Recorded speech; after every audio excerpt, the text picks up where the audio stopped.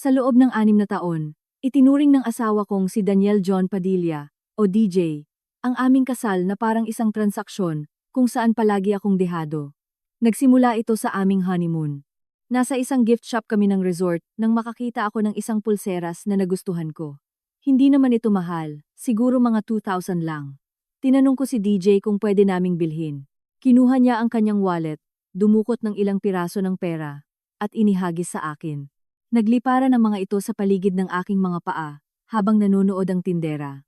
Sobrang hiya ko, pinulot ko na lang ang pera at binili ang pulseras ng walang imik. Sinabi ko sa sarili ko na baka dala lang ito ng stress sa honeymoon. Pero hindi iyon isang sandali lang. Ito ay isang paunang silip sa susunod na 6 na taon ng aking buhay. Maligayang pagdating sa aming channel. Bago tayo magsimula, paki-comment naman dyan kung taga saan kayo. Gusto naming malaman. Sana'y ma-enjoy ninyo itong exciting na kwento. Malaki ang kinikita ni DJ bilang isang commercial real estate broker sa BGC. Nang kami ay ikasal, kinumbinsi niya akong umalis sa trabaho ko bilang office manager para makapag-focus ako sa pag-aalaga ng aming tahanan. Sabi niya, siya na ang bahala sa lahat ng gastusin. Ang ibig niya palang sabihin ay kokontrolin niya ang lahat ng pera. Wala akong access sa aming mga bank account, walang credit card na nakapangalan sa akin. Bawat isang bagay na kailangan kong hingin sa kanya. At sa tuwing humihingi ako, hinahagisan niya ako ng pera, pambili ng groceries. Ihahagis niya ang 5,000 sa sahig ng kusina, at sasabihin sa akin na pagkasyahin ko, gasolina para sa kotse ko. Ipipitik niya ang 1,000 sa aking kandungan habang nanonood ng TV. Mga bagong damit, dahil luma na ang mga suot ko. Bibilangin niya ang pera ng dahan-dahan, tapos isasaboy sa kama, na parang nagpapaulan ng pera sa isang club. Noong una, inisip ko na baka ganito lang talaga siya. Baka hindi niya napapansin kung gaano ito nakakababa ng pagkatao. Kaya kinausap ko siya. Ipinaliwanag na ang paghahagis niya ng pera ay nagpaparamdam sa akin na ako'y walang halaga. Na parang hindi niya ako asawa kundi empleyado, o mas malala pa. Tumawa lang siya. Sabi niya, masyado raw akong madrama at sensitibo. Sabi niya, karamihan ng mga asawang babae ay matutuwa na magkaroon ng asawang ibinibigay ang lahat ng gusto nila nang walang tanong-tanong. Hindi niya naintindihan na hindi ito tungkol sa pera. Tungkol ito sa paraan ng pagbibigay niya sa akin. Na parang mas mababa ako sa kanya. Na parang dapat akong magpasalamat na lumuhod sa kanyang paanan at pulutin kung ano man ang ihagis niya sa akin. Lalong lumala ang pag-uugali niya kapag nandyan ang mga kaibigan niya. Ginagawa niyang isang palabas. Kapag nabanggit kong may kailangan ako, iaanunsyo niya sa lahat ng naroroon na duty calls. Tapos ilalabas ang kanyang wallet na may mapanuyang ngiti. Magtatawanan ang mga kaibigan niya habang gumagapang ako sa sahig para pulutin ang pera. May isa pa sa kanila na nagsabing swerte ka raw sa asawa mo. Sagot ni DJ. Alam niya yan. Itinigil ko ang paghingi ng mga bagay sa harap ng ibang tao. Pagkatapos, itinigil ko na rin ang paghingi ng kahit ano, maliban na lang kung talagang kailangan. Natuto akong pagtiyagaan ang kung anong mayroon ako. Isinuot ang parehong mga damit sa loob ng maraming taon. Ako na mismo ang nagugupit ng buhok ko. At pinagkakasya ang groceries hanggat kaya. Hindi man lang napansin ni DJ. Basta't malinis ang bahay, handa ang hapunan, at presentable ako sa mga work event niya, wala siyang pakialam sa mga pangangailangan ko. 3 taon na ang nakalipas. Lihim akong nagsimulang kumuha ng mga online course sa gabi, accounting at bookkeeping. Maagang natutulog si DJ at parang patay kong matulog, kaya hindi niya alam na gising pa ako hanggang 2:00 ng madaling araw para mag-aral. Nakakuha ako ng certification. Pagkatapos, nagsimula akong tumanggap ng maliliit na freelance clients. Ilang oras lang sa 1 linggo noong una, nagtatrabaho sa laptop ko habang nasa opisina si DJ. Nagbukas ako ng sarili kong bank account sa ibang bangko, sa kabilang siyudad. Bawat pisong kinikita ko ay diretso doon. Walang kaalam-alam si DJ. Akala niya, ang ginagawa ko lang buong araw ay maglinis, magluto, at maghintay sa pag-uwi niya. Dahan-dahan ngunit tuloy-tuloy na lumaki ang account. Pagkatapos ng 3 taon, may sapat na akong pera para umalis. Sapat para sa 1 buwang advance at 1 buwang deposito sa isang apartment. Sapat para mabuhay sa loob ng 6 na buwan habang pinalalago ko ang aking mga kliyente. Sapat para kumuha ng isang divorce attorney. Noong araw na umalis ako, hinintay kong pumasok sa trabaho si DJ. Inimpake ko lahat ng gamit ko at wala ni isang gamit niya. Iniwan ko ang wedding ring ko sa ibabaw ng kitchen counter, katabi ng isang tumpok ng pera. Ang kabuuang halaga ay eksakto sa lahat ng inihagis niya sa akin sa nakalipas na buwan. Pera para sa groceries, gasolina, at ang Airy 1,500 na inihagis niya sa akin para sa mga tampon habang nagbubulong-bulong kung gaano kamahal maging isang babae. Nag-iwan ako ng note na nagsasabing, "Sa'yo na ang sukli." Tumawag siya pagkatapos ng 4 na oras. Sumisigaw. Nagtatanong kung nasaan ako. Sinasabing wala akong karapatang umalis. Na wala akong mararating kung wala siya. Ibinaba ko ang telepono at blinak ang numero niya. Naging magulo ang diborsyo dahil ginawa itong magulo ni DJ. Galit na galit siya na nagtatrabaho ako nang hindi niya alam. Lalong nagalit sa mga isiniwalat ng abogado. Nahanap ko ang impormasyon ng abogado ni DJ sa isa sa mga lumang papel na itinago ko, ang opisina ni attorney. Jose Jokno ay nasa isang glass tower sa BGC, ang uri ng gusali na magugustuhan ni DJ. Sumakay ako ng elevator papuntang 14th floor at ibinigay ang pangalan ko sa receptionist. Dinala niya ako sa isang conference room na may mga bintanang tanaw ang buong syudad. Dumating si attorney Diokno pagkatapos ng 5 minuto. Isang matangkad na lalaki na nasa edad 50, may kulay abong buhok at reading glasses na nakasabit sa isang kadena sa kanyang leeg. Kinamayan niya ako at umupo sa tapat ko sa makintab na mesa. Dala ko ang lahat ng mahahanap kong dokumento sa isang Manila folder. Nanginginig ang mga kamay ko habang itinutulak ito papunta sa kanya. Binuksan niya ito at sinimulang basahin ang mga papel, nagsusulat sa isang legal pad. Pagkatapos ng mga 10 minuto, tumingala siya sa akin at tinanong kung gaano nakatagal nangyayari ito. Sinabi kong 6 na taon. Tinanong niya kung sinaktan ako ni DJ, at sinabi ko, "Hindi po, nun ka pisikal." Tumango si attorney Diokno at sinabing ang ginawa ni DJ ay tinatawag na economic abuse. At ito ay kasing tunay ng anumang uri ng pang-aabuso. Gusto niyang malaman ang tungkol sa kita ni DJ, kanyang mga account, at mga ari-arian. Ipinaliwanag ko na wala akong ideya kung magkano talaga ang kinikita ni DJ o kung saan niya itinatago ang kanyang pera. Tinanong ni attorney Diokno kung mayroon akong mga bank statement at ipinakita ko ang iilang nakuha ko mula sa desk ni DJ bago ako umalis. Pinag-aralan niya ang mga ito at nagtanong tungkol sa mga retirement account, investment properties, at business partnerships. Wala akong alam sa lahat ng yon. Walang sinabi sa akin si DJ tungkol sa kanyang pananalapi, maliban na lang kapag naghahagis siya ng pera, at sinasabing pagkasyahin ko. Nagsulat pa si attorney Diokno at sinabing marami kaming kailangang gawin.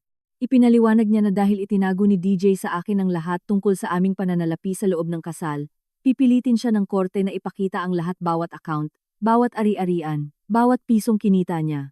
Tumawag na raw ang abogado ni DJ sa opisina niya. Sinusubukang pilitin akong tanggapin ang isang maliit na settlement at umalis na lang, sabi ni attorney Diokno. Ipinapakita lang nito na nag-aalala si DJ sa kung ano ang lalabas sa legal na proseso. Tinanong niya kung handa na akong maging pangit ang sitwasyon dahil lalaban si DJ para mapanatili ang kontrol sa abot ng kanyang makakaya. Sinabi kong handa na ako. Matagal na akong handa simula pa noong araw na umalis ako. Binigyan ako ni attorney Diokno ng listahan ng mga dokumentong kailangan kong hanapin. Anumang may pangalan o pirma ni DJ, na maaaring magpakita ng pera o ari-arian na hindi ko alam. Mga lumang tax return, credit card statement, resibo, kahit ano. Sabi niya, kahit maliliit na piraso ng papel ay makakatulong sa pagbuo ng larawan ng kung ano ang itinatago ni DJ sa akin. Umalis ako sa opisina niya, napakiramdam ko, ay mayroon na sa wakas na naniniwala sa akin na ang ginawa ni DJ ay mahalaga sa paraan na mapapatunayan. Ginugol ko ang sumunod na linggo sa paghahalungkat sa bawat kahon na inimpake ko noong umalis ako sa bahay. Nakakita ako ng mga tax return mula 3 taon na ang nakalipas sa isang folder na kinuha ko sa pag-aakalang nandoon ang aking mga certification paper. May mga bank statement na iniwan ni DJ sa kanyang desk na ginamit kong scratch paper para sa aking accounting homework. Mga resibo. Mula sa kanyang wallet na nahanap ko sa labahan, at balak ko sanang itapon, pero hindi ko nagawa. Nagpa-photocopy ako ng lahat sa isang shop, at inayos ayon sa petsa. Hindi ito marami.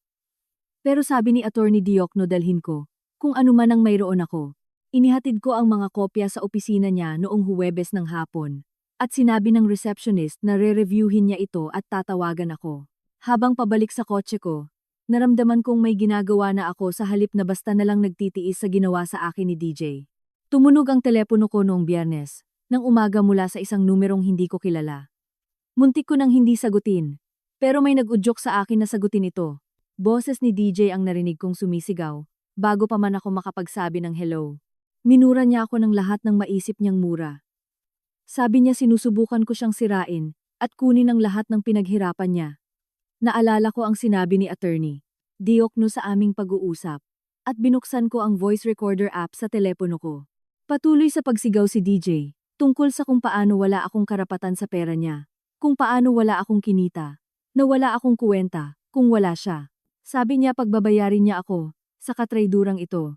Pagsisisihin ako sa pag-iisip kong kaya kong umalis. Lalong lumakas at naging masama ang boses niya sa bawat pangungusap. Wala akong sinabing kahit ano. Hinayaan ko lang siyang magsalita, habang nire-record ng telepono ko ang bawat banta. Pagkatapos ng mga 5 minuto, ibinaba niya ang telepono, at sinave ko ang recording. Nanginginig ang mga kamay ko. Pero mayroon na akong ebidensya kung sino talaga si DJ kapag walang ibang nakikinig. Tumawag si Bea, ang kaibigan ko, noong hapon na iyon, at tinanong kung kumusta na ako. Ikinuwento ko sa kanya ang tungkol sa tawag ni DJ, at sinabi niyang ipadala ko agad ang recording sa abogado ko. Pagkatapos, sinabi niyang may magandang balita siya para sa akin. 3 tao sa aming accounting group ang humingi ng contact information ko dahil kailangan nila ng tulong sa bookkeeping. Maliliit na negosyo, walang malaki, pero steady na buwan ng trabaho kung gusto ko. Sinabi kong oo bago pa man niya, matapos ipaliwanag kung ano ang kailangan nila.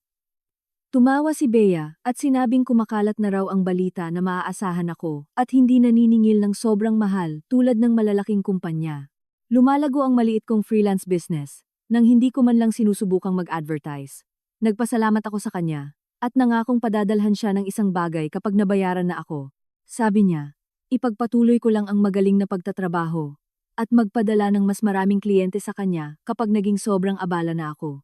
Dumating ang mga papeles ng diborsyo sa aking mailbox noong Lunes. Opisyal na mga dokumento mula sa korte na may pangalan ng abogado ni DJ sa itaas. Binasa ko ito habang nakaupo sa sahig ng apartment ko. Naninikip ang tiyan ko sa bawat pahina. Hinihiling ni DJ na bumalik ako kaagad sa aming bahay. Sinasabi niyang inabandona ko ang kasal nang walang dahilan o babala. Sabi niya wala akong basehan para sa diborsyo at sinusubukan kong nakawin ang kanyang ari-arian. Hinihiling ng mga papel sa korte na utusan akong bumalik sa bahay at tanggihan ang anumang spousal support o hatian ng ari-arian. Tinawagan ko si Attorney Diokno at binasa sa kanya ang lahat. Sabi niya, tipikal lang ito. Sinusubukan lang ng abogado ni DJ na takutin ako para sumuko. Magpa-file kami ng sarili naming sagot na nagdodokumento ng lahat ng ginawa ni DJ at hihilingin ang patas na parte ko sa kung ano ang binuo namin sa loob ng kasal. Sabi ni attorney Diokno na huwag akong mag-alala sa mga sinasabi ni DJ dahil may ebidensya kami ng pang-aabuso. At mas mahalaga iyon kaysa sa anumang kuwentong susubukang isalaysay ng abogado ni DJ. Martes ng hapon, kumatok sa pinto ko ang may-ari ng apartment na may dalang toolbox. Sabi niya tumutulo raw ang lababo sa banyo at gusto niyang ayusin bago pa lumala. Pinapasok ko siya at sinimulan niyang ayusin ang mga tubo sa ilalim ng lababo. Mga 20 minuto lang siguro ang inabot para higpitan ang lahat at patigilin ang tulo. Paglabas niya, tumingin-tingin siya sa apartment ko at sinabing humanga siya. Nagsabit ako ng ilang mga larawan na binili ko sa ukay-ukay at inayos ang iilan kong muwebles para magmukhang mas maluwag ang espasyo. Sabi niya, karamihan ng umuupa dito. Basta na lang inilalagay ang mga gamit nila kahit saan. Pero ikaw, ginawa mo talagang parang tahanan. Napakaliit na komento. Pero tumama ito sa akin. Walang pumuri sa isang bagay na ginawa ko sa loob ng maraming taon nang hindi inaangkin ni DJ ang kredito o naghahanap ng mali dito. Nagpasalamat ako sa may-ari at umalis na siya. At naiwan akong nakatayo sa maliit kong apartment na ipinagmamalaki ang sarili ko sa unang pagkakataon sa napakatagal na panahon. Nag-file si Attorney Diokno ng aming sagot sa petisyon ni DJ noong Huwebes. Pinadalhan niya ako ng kopya at binasa ko ang detalyadong mga salaysay tungkol sa financial abuse ni DJ, ang pattern ng kontrol, ang kahihiyan, lahat. Ang makita itong nakasulat sa legal na lengguwahe ay ginawa itong mas totoo sa ibang paraan, isinama ni Attorney Diokno ang isang hiling para sa pantay na hatian ng lahat ng ari-arian sa kasal at patas na spousal support habang pinalalago ko ang aking negosyo. Tumawag siya sa akin kinagabihan at sinabing seserbisyuhan si DJ ng mga papeles na ito bukas. Binalaan niya ako na malamang ay magwawala si DJ kapag nakita niya ang aming mga sinasabi at dapat akong maging handa sa posibleng paglala ng sitwasyon. Sinabi kong naiintindihan ko at ilalapit ko ang telepono ko sakaling kailangan kong tumawag sa pulis. Dumating si DJ sa apartment building ko, 11:00 ng gabi. Naghahanda na akong matulog nang makarinig ako ng malakas na kalabog sa pinto, at ang boses niyang sumisigaw mula sa hallway. Tinawag niya akong magnanakaw. Sabi niya ninakawan ko siya. Hinihiling niyang buksan ko ang pinto ngayon din. Kinuha ko ang telepono ko at tinawagan ang 911 habang patuloy sa pagkalabog si DJ. Sumagot ang operator at sinabi kong nasa pinto ko ang aking asawa. Nagbabanta sa akin at mayroon akong nakabinbing aplikasyon para sa isang protective order. Sabi niya, papunta na ang mga pulis at manatili ako sa linya. Lalong lumakas ang sigaw ni DJ. Sinasabing alam niyang nasa loob ako at hindi ako makapagtatago sa kanya. Bumukas ang ibang pinto ng apartment at sumilip ang mga kapitbahay para tingnan kung ano ang nangyayari. Dumating ang mga pulis mga 8 minuto pagkatapos at narinig kong kinakausap nila si DJ sa hallway. Biglang nagbago ang boses niya. Naging kalmado at rasonable. Sinasabing gusto lang niyang kausapin ang kanyang asawa. Sinabi ng mga pulis na kailangan niyang umalis at sinamahan siya pababa sa lobby. Kumatok ang isa sa kanila sa pinto ko at pinapasok ko siya para kunin ang aking salaysay. Isinulat niya ang lahat ng sinabi at ginawa ni DJ at sinabi sa akin na ilalagay ito sa ulat para sa aking hearing para sa protective order. Kinabukasan, nakipagkita ako kay Attorney Diokno sa opisina niya para mag-file ng isang temporary protective order. Dala ko ang recording ng nagbabantang tawag ni DJ at ang police report mula kagabi. 2 beses pinakinggan ni Attorney Diokno ang recording at sinabing, kasama ang pagpunta ni DJ sa apartment mo, may matibay tayong basehan para bigyan tayo ng proteksyon ng hukom. Pinunan niya ang mga papeles habang nakaupo ako sa tapat niya at pumirma ako sa lahat ng itinuro niya. Sabi ni Attorney Diokno, ang hearing ay malamang na ischedule sa loob ng 1 linggo at base sa kung ano ang mayroon tayo. Kumpiyansa siyang iuutos ng hukom na lumayo si DJ sa akin. Nag-file kami ng mga papeles sa courthouse noong hapon na iyon at lumabas ako na alam kong ginawa ko na ang lahat para mapanatiling ligtas ang sarili ko mula sa lalaking inakala kong poprotekta sa akin. Ang hearing para sa protective order ay nakaschedule noong Martes ng umaga. Dumating ako sa courthouse kasama si Attorney Diokno ng 8:30 at umupo kami sa isang kahoy na bangko sa labas ng courtroom, naghihintay na tawagin ang aming kaso. Dumating si DJ pagkatapos ng 15 minuto, kasama ang kanyang abogado, isang matangkad na lalaki na nakasuot ng mamahaling suit na mukhang naniningil ng dalian 25,000 kada oras para lang huminga. Sinulyapan ako ni DJ, puno ng galit ang kanyang mukha. Pagkatapos ay umiwas ng tingin. Lumapit si Attorney Diokno at sinabi sa akin na huwag akong makipag-eye contact o makipag-usap kay DJ sa anumang paraan. Tumango ako at nanatiling nakatingin sa sahig. Nang tawagin ng hukom ang aming kaso, pumasok kami sa courtroom at umupo sa magkahiwalay na mesa. Ang hukom ay isang babae na nasa edad 50, na may kulay abong buhok na mahigpit na nakatali. Tiningnan niya ang police report. Pinakinggan ang recording ng mga banta ni DJ at tinanong ang abogado ni DJ kung mayroon siyang sasabihin. Tumayo ang abogado at sinabing si DJ ay nagalit lang dahil sa diborsyo at walang masamang intensyon. Pinutol siya ng hukom at sinabing ang pagpunta sa bahay ng isang tao ng 11:00 ng gabi at pagkalabog sa pinto habang sumisigaw ng mga banta ay hindi katanggap-tanggap na pag-uugali anuman ang emosyonal na estado. Iginawad niya ang temporary protective order na nag-uutos kay DJ na manatili sa layong 500 talampakan mula sa akin at ipinagbabawal ang lahat ng uri ng pakikipag-ugnayan maliban sa pamamagitan ng mga abogado. Tama si Attorney Diokno. Pinalakas nito ang aming kaso. 2 araw pagkatapos, tumunog ang telepono ko mula sa isang numerong hindi ko kilala. Muntik ko na namang hindi sagutin, pero may nag-udyok sa akin na sagutin. Ito ay isang lalaking nagngangalang Mitch, na nagsabing si Bea ang nagbigay sa kanya ng aking contact information. May-ari siya ng isang maliit na kumpanya ng konstruksyon, at kailangan niya ng isang tao para asikasuhin ang kanyang buwanang bookkeeping. Nagretiro na ang dati niyang bookkeeper. At nahuhuli na siya sa lahat. Nag-usap kami ng 20 minuto tungkol sa kung ano ang kailangan niya, at ibinigay ko ang aking mga rates. Agad siyang pumayag at sinabing i-email niya sa akin ang kontrata, at ang retainer para sa unang buwan. Nang ibaba ko ang telepono, binuksan ko ang aking banking app, at kinwenta kung ano ang ibig sabihin ng retainer na iyon. Higit pa ito sa dating inihahagis sa akin ni DJ, para sa isang buong buwan ng groceries. Napatitig ako sa aking telepono, na pagtatantong nagiging totoo na ang aking negosyo. Kinahapunan, tumawag ang nanay ni DJ, si Tita Carla. Nakita ko ang pangalan niya sa screen at nanikip ang dibdib ko. Pero sinagot ko dahil mas lalala lang ang sitwasyon kung babaliwalain ko siya.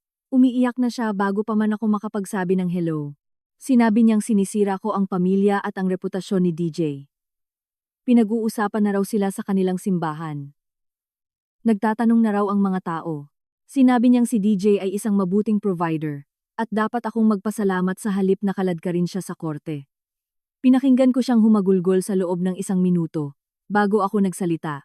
Nang sa wakas ay huminto siya para huminga, sinabi ko sa kanya, na ang ideya ni DJ ng pagiging provider, ay ang paghahagis ng pera sa akin, na parang nagtatrabaho ako sa isang club, at pinapagapang ako sa sahig, para pulutin ang pera, habang nagtatawanan ang mga kaibigan niya.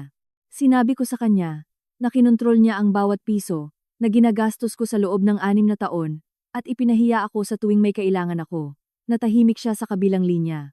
Pagkatapos ay sinabi niya, ganyan lang talaga ang mga lalaki minsan. Hindi nila laging alam kung paano magpakita ng pagmamahal ng maayos. Ibinaba ko ang telepono nang hindi nagpapaalam. Tumawag siya pabalik ng 3 beses, pero hindi ko sinagot. Walang silbi.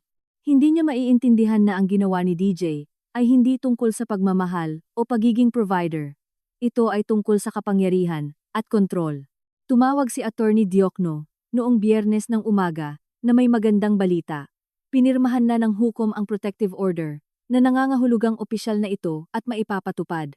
Sinabi rin niya na makakatulong ito sa aming kaso sa diborsyo dahil nagtatag ito ng isang pattern ng mapanganib na pag-uugali.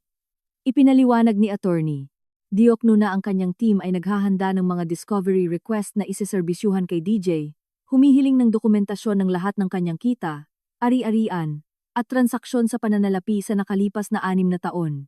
Binalaan niya ako na malamang ay tututol ang abogado ni DJ sa karamihan ng mga hiling dahil iyon ang ginagawa ng mga abogado kapag may itinatago ang kanilang mga kliyente. Nagpasalamat ako sa kanya at ibinaba ang telepono. Pakiramdam ko'y sa wakas ay gumagalaw na ang mga bagay sa tamang direksyon. Sa parehong araw, nagkaroon ako ng unang appointment sa isang therapist na nagngangalang Dra. Elena, na dalubhasa sa financial abuse at controlling relationships. Inirekomenda siya ni Attorney Diokno matapos kong mabanggit na nahihirapan akong matulog at nakakaramdam ng kaba sa tuwing may nakikita akong kamukha ni DJ. Ang kanyang opisina ay nasa isang maliit na gusali malapit sa library. At ang waiting room ay may mga komportabling upuan at mga magazine tungkol sa paghahalaman. Nang tawagin niya ako, sinundan ko siya sa isang opisina na may malambot na ilaw at isang sopa na hindi mukhang pang-therapy. Tinanong niya ako kung bakit ako nandoon at sinimulan kong ipaliwanag ang tungkol sa diborsyo at sa pag-uugali ni DJ. Pero pagdating ko sa bahaging naghahagis siya ng pera sa akin at pinapapulot ito sa sahig, nagsimula akong umiyak. Umiyak talaga, hindi lang basta luha. Hindi ko mapigilan. Inabutan ako ni Dra. Elena ng isang kahon ng tissue at naghintay. Nang sa wakas ay makalma ko ang sarili ko, humingi ako ng paumanhin sa pagiging emosyonal. Sinabi niyang walang dapat ihingi ng tawad. Sinabi niyang ang inilarawan ko ay pang-aabuso, at ang pagsasabi nito ng malakas ay marahil nagparamdam dito na mas totoo at mas nakakahiya. Tumango ako dahil iyon mismo ang naramdaman ko. Na parang ang pag-amin na ganoon ang trato sa akin ni DJ, ay pag-amin na hinayaan kong tratuhin niya ako ng ganoon. Ginugol ni Dra. Elena ang natitirang bahagi ng sesyon, sa pagpapaliwanag na ang hiya ay isang bagay na palaging nararamdaman ng mga biktima ng pang-aabuso, ngunit ang hiya ay dapat para sa nang-aabuso, hindi sa biktima. Sabi niya, nakaligtas ka sa 6 na taon ng isang taong sistematikong sinisira ang iyong pagpapahalaga sa sarili, at ang katotohanang nakaalis ka. At bumuo ng bagong buhay, ay nangangahulugang mas malakas ka kaysa sa inaakala mo.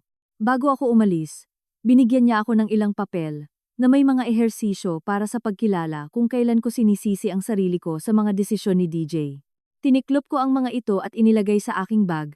Hindi sigurado kung gagawin ko ba talaga, ngunit nagpapasalamat na may isang taong nakaintindi sa pinagdaanan ko. Sa sumunod na linggo, sinerbisyuhan ng team ni Attorney Diokno si DJ ng mga discovery request. Hindi ko nakita ang nangyari, pero tumawag sa akin si Attorney Diokno pagkatapos at sinabing sumagot ang abogado ni DJ. Sa loob ng ilang oras na may mga pagtutol sa halos lahat ng hiling. Tumawa si Attorney Diokno at sinabing inaasahan na ito. Palaging tumututol muna ang mga abogado at nakikipagnegosasyon pagkatapos. Sabi niya magpa-file kami ng motion to compel kung hindi makikipagtulungan si DJ at pipilitin siya ng hukom na ibigay ang mga dokumento. Ang mahalaga ay pinipilit namin si DJ na isiwalat ang kanyang tunay na sitwasyong pinansyal, hindi ang peking bersyon na gusto niyang paniwalaan ng lahat. Habang nangyayari ang lahat ng legal na bagay, patuloy na lumalago ang aking negosyo. Nakakuha ako ng 2 pang kliyente sa parehong linggo. Parehong maliliit na negosyo na nangangailangan ng mga pangunahing serbisyo sa bookkeeping. Ang isa ay isang landscaping company at ang isa ay isang hair salon. Nahanap ako ng may-ari ng salon sa pamamagitan ng aking website at ang landscaping company ay isa pang referral mula kay Bea.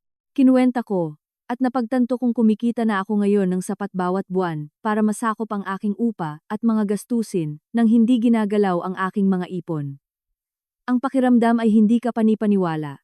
Bawat pisong kinikita ko ay pumapasok sa aking account na may pangalan ko. Walang naghahagis nito sa akin. Walang nagpapahingi sa akin ng permiso para gastusin ito. Walang kumokontrol kung kailan o paano ko ito maa-access. Akin ito dahil pinagtrabahuhan ko ito. At mas masarap sa pakiramdam iyon kaysa sa anumang mamahaling regalo na binili ni DJ para ipagyabang sa kanyang mga kaibigan. Pagkatapos ay nilabag ni DJ ang protective order. Nagising ako noong Martes ng umaga at may 3 email mula sa isang address na hindi ko kilala. Ang mga subject line ay puro mga pangiinsulto. Binuksan ko ang una at agad na nakilala ang estilo ng pagsulat ni DJ. Tinawag niya akong gold digger na hindi siya kailanman minahal at pinakasalan lang siya para sa pera niya. Sabi niya, sinusubukan kong nakawin ang lahat ng pinaghirapan niya at ipahamak siya sa lahat. Ang 2 pang email ay halos pareho lang, lalong nagagalit at nagbabanta sa bawat isa. Ipinasa ko ang lahat ng 3 kay Attorney Diokno, bago pa man ako bumangon sa kama. Tumawag siya sa akin makalipas ang 20 minuto at sinabing magpa-file siya ng motion para i-hold si DJ in contempt of court dahil sa paglabag sa protective order. Sabi niya, ayaw ng mga hukom na binabaliwala ang kanilang mga utos, at lalo lang itong magpapapangit kay DJ. Noong weekend na iyon, tumawag si Bea, at tinanong kung gusto kong pumunta sa isang networking event para sa mga kababaihan sa accounting. Gaganapin ito sa isang hotel sa BGC sa Huwebes ng gabi. At naisip niyang makakabuti ito para sa negosyo ko. Agad akong kinabahan. Hindi ako pinapayagan ni DJ na dumalo sa mga professional event nang wala siya. Palagi niyang sinasabi na kailangan niyang nandoon para masigurong maayos ang pagkakarepresenta ko sa kanila, na ang ibig sabihin talaga ay gusto niyang kontrolin kung sino ang kinakausap ko at kung ano ang sinasabi ko. Ang ideya ng pagpunta sa isang networking event nang mag-isa ay nagpasakit sa tiyan ko. Pero sinabi kong oo pa rin kay Bea, dahil pagod na akong hayaan ang boses ni DJ sa aking isipan na magdesisyon para sa akin. Dumating ang Huwebes at nagmaneho ako papunta sa hotel. Pumarada, at umupo sa kotse ko ng 10 minuto sinusubukang kumbinsihin ang sarili kong pumasok. Sa wakas, lumabas ako at pumasok, bago pa ako magbago ng isip. Ang event ay nasa isang conference room, na may mga 50 babae na nakatayo, nag-uusap, at kumakain ng mga pampagana. Nakita ako agad ni Bea, at kinawayan ako. Ipinakilala niya ako sa 3 babae, na lahat ay nangangailangan ng tulong sa bookkeeping at nagpalitan kami ng mga business card. Pagkatapos, ipinakilala niya ako sa 4 pang babae na naging tunay na mga kaibigan ko sa mga sumunod na buwan. Mga babaeng nakakaintindi kung ano ang pakiramdam ng magtayo ng karera at harapin ang mga mahihirap na sitwasyon, mga babaeng hindi ako hinusgahan sa pag-iwan sa aking kasal o nagtanong kung bakit ako nagtagal. Pag-alis ko noong gabing iyon, mayroon akong 3 potensyal na bagong kliyente at pakiramdam ko'y baka kaya ko na itong buong independent life na ito. Ang contempt hearing ay naganap 2 linggo pagkatapos, sa isang Huwebes ng umaga. Sinabi sa akin ni Attorney Diokno na hindi ko kailangang dumalo. Pero gusto kong makita kung ano ang mangyayari kapag hinarap ni DJ ang tunay na kahihinatnan ng kanyang mga ginawa sa unang pagkakataon. Umupo kami sa isang maliit na courtroom na may mga fluorescent light na umuugong at nagpapamukhang kupas at malungkot sa lahat. Pumasok si DJ na nakasuot ng charcoal suit na malamang ay mas mahal pa sa upa ko. Perpekto ang ayos ng kanyang buhok. Mukhang papunta siya sa isang $1 million deal, sa halip na sumagot para sa paglabag sa isang utos ng korte. Umupo ang kanyang abogado sa tabi niya. May ibinubulong habang tumatango si DJ na may nag-aalalang ekspresyon na parang siya ang biktima dito. Ang hukom ay isang babae na nasa edad 50. May reading glasses na nakasabit sa isang kadena sa kanyang leeg, at hindi siya mukhang humahanga. Ipinresinta ni attorney Diokno ang mga email na ipinadala ni DJ mula sa Peking account, ang recording ng kanyang nagbabantang tawag, at ang police report mula noong pumunta siya sa apartment ko at kumalabog sa pinto. Iginigiit ng abogado ni DJ na ang kanyang kliyente ay nasa ilalim ng emosyonal na stress dahil sa diborsyo at gusto lamang humingi ng tawad sa kanyang mga nakaraang pag-uugali. Tumayo pa si DJ nang tanungin ng korte at sinabing nagkamali siya, na mahal pa rin niya ako at gusto lamang ng pagkakataong ayusin ang lahat. Medyo pumiyok ang boses niya nang sabihin niya ito, at pinanood ko siyang nagpupunas ng mata na parang iiyak. Tinitigan siya ng hukom, ng matagal, ng walang imik. Pagkatapos, tumingin siya sa protective order sa harap niya, at muling tumingin kay DJ. Sinabi niya na ang emosyonal na stress ay hindi dahilan para labagin ang isang utos ng korte, na ang utos ay umiiral, dahil mismo sa kanyang pattern ng pagkontrol at mapanganib na pag-uugali, at ang kanyang sinasabing pagnanais na humingi ng tawad ay walang katuturan dahil sa nilalaman ng kanyang mga mensahe. Pinagmulta niya si DJ ng talang 5,000. At sinabing kung lalabagin niya muli ang utos, ikukulong na siya. Namula ang mukha ni DJ, at nakita kong nagtiim ang kanyang panga. Pero tumango lang siya at sinabing, "Opo, Your Honor." Paglabas sa courthouse, gumaan ang pakiramdam ko dahil sa wakas, may isang taong may tunay na awtoridad na nagsabi kay DJ na hindi niya pwedeng gawin ang anumang gusto niya. 3 araw pagkatapos, tumawag si Attorney Diokno para sabihing sa wakas ay nagpadala na ang abogado ni DJ ng mga financial disclosure na hinihiling namin ng mahigit 1 buwan. Nagmaneho ako, papunta sa opisina ni attorney Diokno noong hapon na iyon, at ikinalat niya ang mga dokumento sa kanyang conference table. Kahit ako, nakikita kong hindi kumpleto ang mga ito. Mga tax return mula 3 taon na ang nakalipas, pero wala ang huling 2 taon. Mga bank statement mula sa isang account, pero may mga pagbanggit ng mga transfer sa ibang mga account na hindi kasama. Isang listahan ng mga ari-arian na tila napakaikli para sa isang taong kumikita ng ganoong kalaking pera. Itinuro ni attorney Diokno ang isang linya sa isa sa mga tax return na nagpapakita ng kita mula sa isang real estate partnership, at pagkatapos ay ipinakita sa akin na ang partnership ay hindi nabanggit kahit saan sa asset disclosure.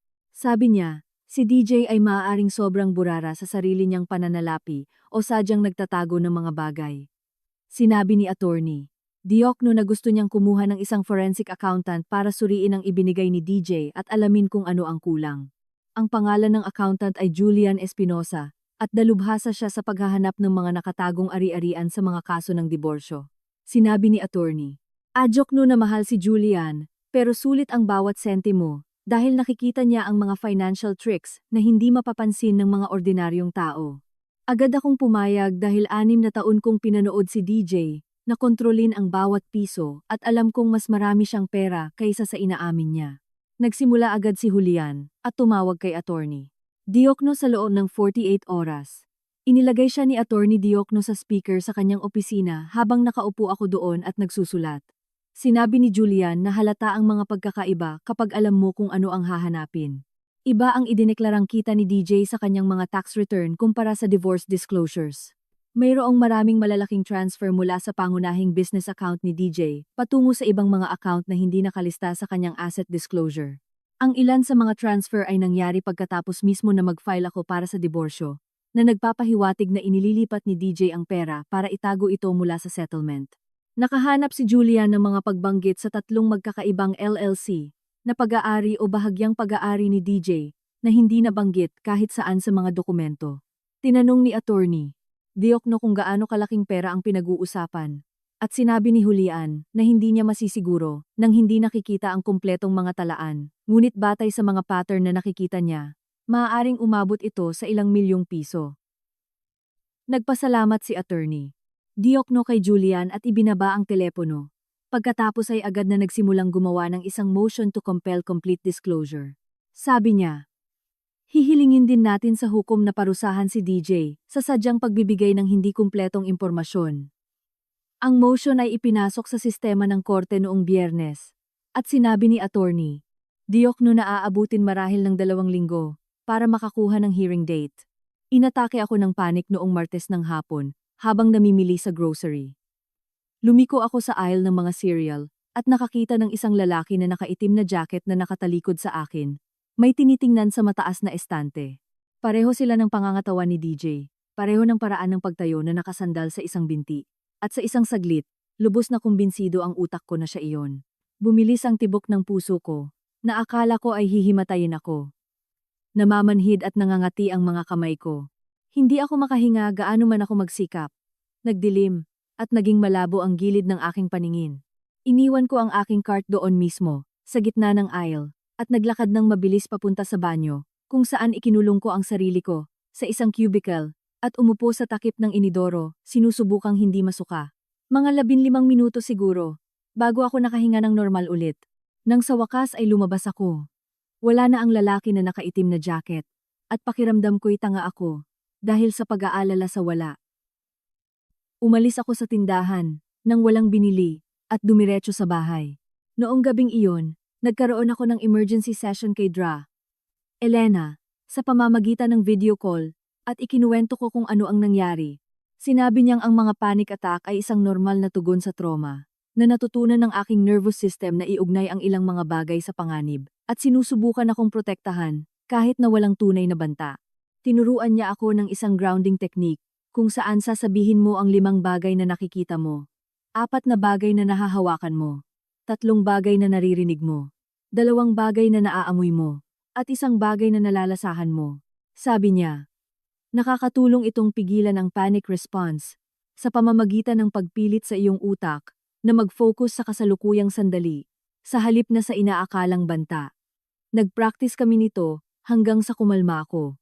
Kinabukasan, tumawag si Mitch habang gumagawa ako ng mga invoice para sa isa sa aking mga kliyente.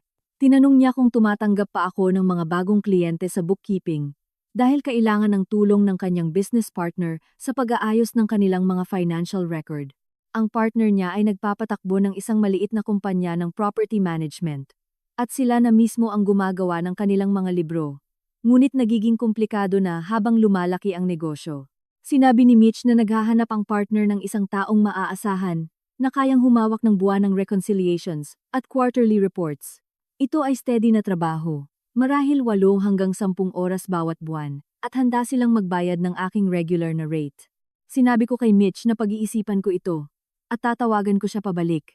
Pagkatapos naming mag-usap, umupo ako sa aking lamesa sa kusina, nakatitig sa aking laptop, at napagtanto kong mayroon akong tunay na desisyon na dapat gawin. Kasalukuyan akong may 7 aktibong kliyente na nagpapanatili sa akin na abala, ngunit hindi sobra. Ang pagtanggap sa partner ni Mitch ay mangangahulugang 8 kliyente. Kung patuloy akong lalago sa ganitong bilis, kailangan kong magpasya kung gusto kong gawin itong isang tunay na negosyo na may mga empleyado at opisina, o panatilihin itong maliit at madaling pamahalaan bilang isang solo operation. Sa unang pagkakataon sa aking adult life, ang desisyon ay ganap na sa akin. Walang maghahagis ng pera sa akin, at magsasabi kung ano ang gagawin. Walang gagawa ng desisyon para sa akin, o kukuha ng kredito para sa aking tagumpay. Maaari kong itayo ito sa anumang gusto ko. Nagpasya akong palakihin ito.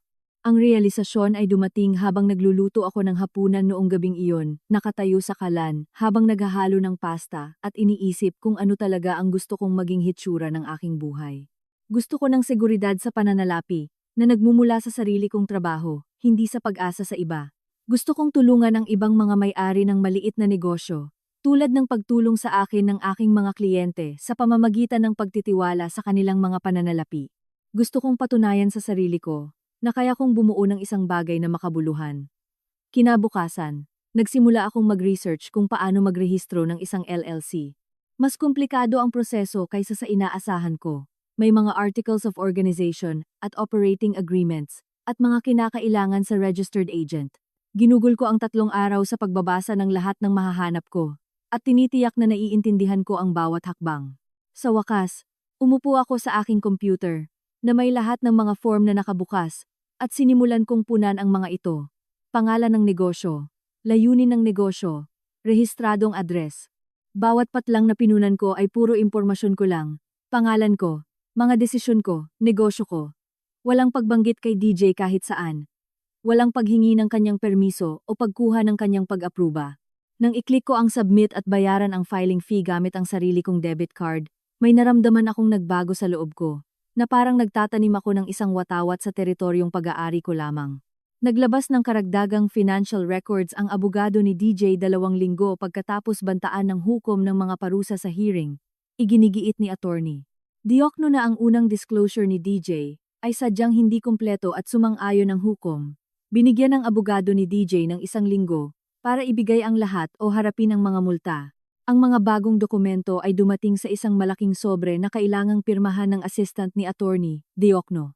Tinawagan ako ni attorney Diokno para pumunta sa kanyang opisina at sabay naming pinag-aralan ang lahat habang kasama namin si Julian sa speakerphone. Kasama sa mga karagdagang talaan ang mga bank statement para sa 2 account na hindi nabanggit ni DJ dati, mga dokumento para sa 3 LLC na natukoy ni Julian, at mga talaan ng kita mula sa mga side deal na ginawa ni DJ sa kanyang real estate business. Natahimik si Julian sa telepono ng 1 minuto habang sinusuri ang impormasyong inilalarawan ni Attorney Diokno. Pagkatapos ay sinabi niyang ito ay pandaraya. Si DJ ay sistematikong nag-uulat ng mas mababang kita at nagtatago ng mga ari-arian sa buong panahon ng aming kasal. Ang mga side deal pa lang ay kumakatawan sa 10,000 dolyar na hindi kailanman lumitaw sa orihinal na disclosure. Tinanong ni attorney Diokno kung ano ang ibig sabihin nito para sa hatian ng ari-arian, at sinabi ni Julian na nangangahulugan itong may karapatan ako sa kalahati ng tunay na yaman ng kasal, hindi sa pekeng nabawasang bersyon na sinubukang i-claim ni DJ. Tumingin sa akin si attorney Diokno mula sa kanyang conference table at sinabing, binago nito ang lahat. Mayroon kaming patunay na nagsisinungaling si DJ tungkol sa kanyang pananalapi, at hindi maganda ang magiging reaksyon ng hukom sa ganoong uri ng panlilinlang. Nagsimulang tumawag sa akin si Tita Carla kinabukasan, matapos bantaan ng hukom si DJ ng mga parusa.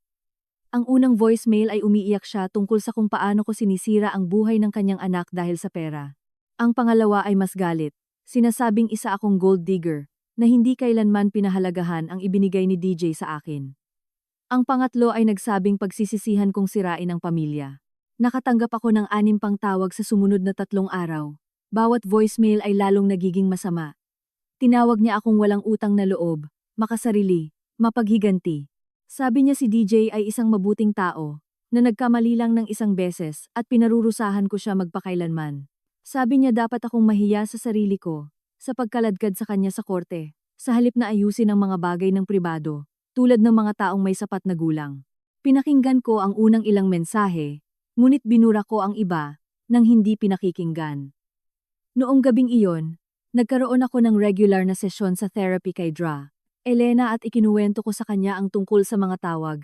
Sinabi ni Dra, Elena na kailangan kong i-block ang numero ni Tita Carla, dahil hindi ko utang sa pamilya ni DJ ang access sa akin dahil lang sa hindi pa kami hiwalay.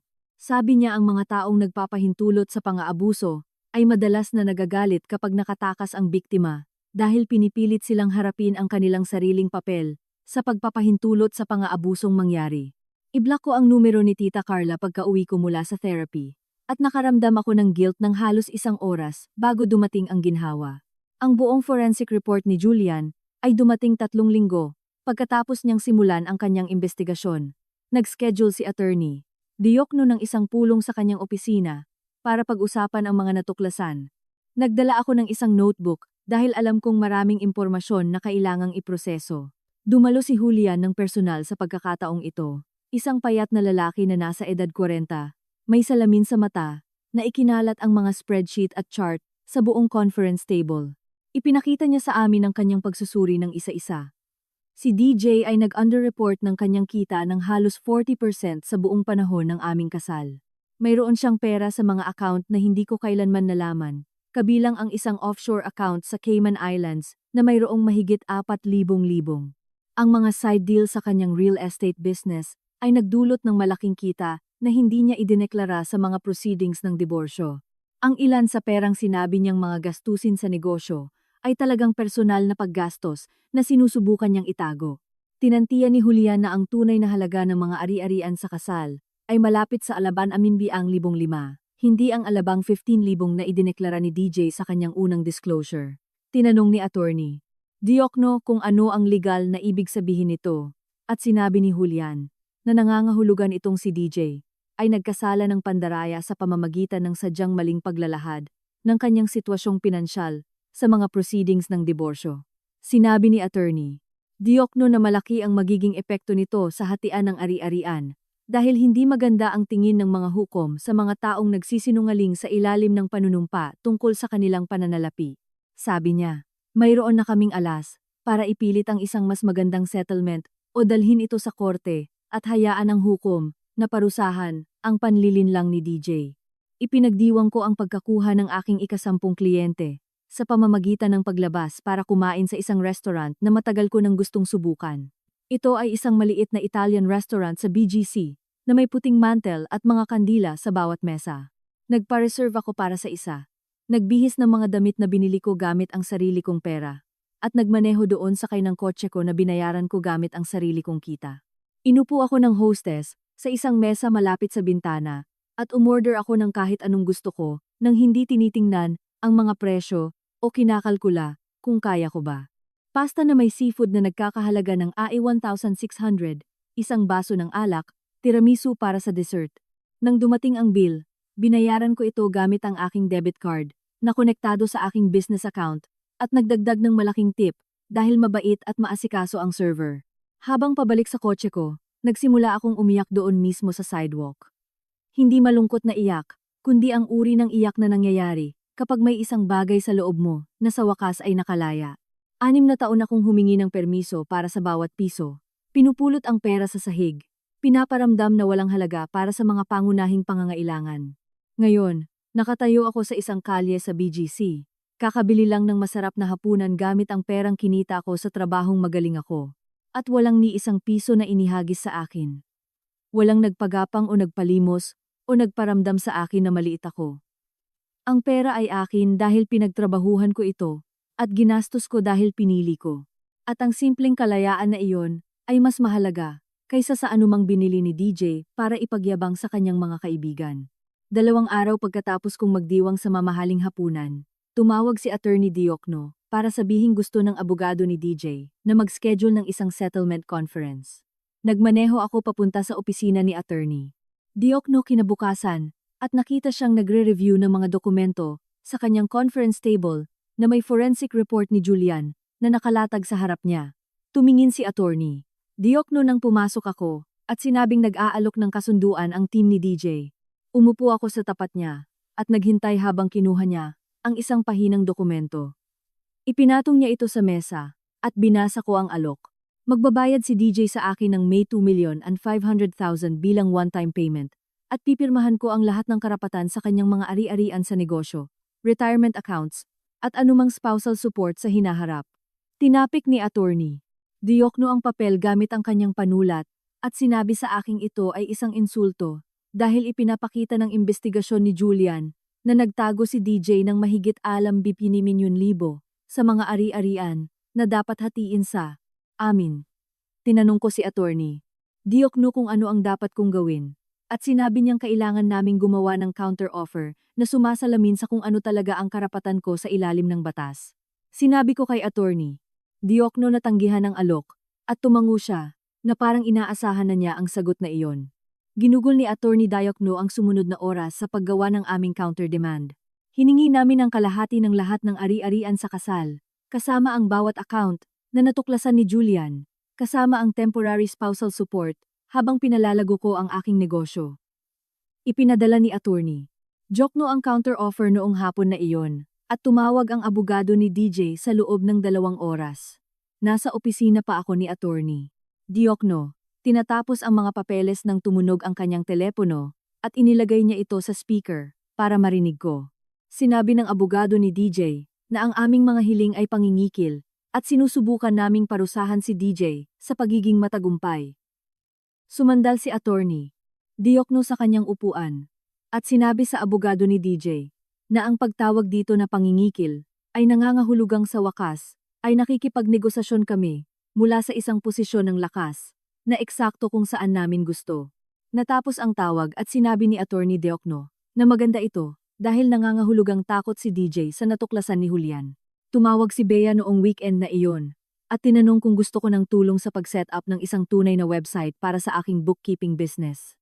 Nakipagkita ako sa kanya sa isang coffee shop sa BGC at dinala niya ang kanyang laptop na may mga halimbawa ng mga site na gusto niya.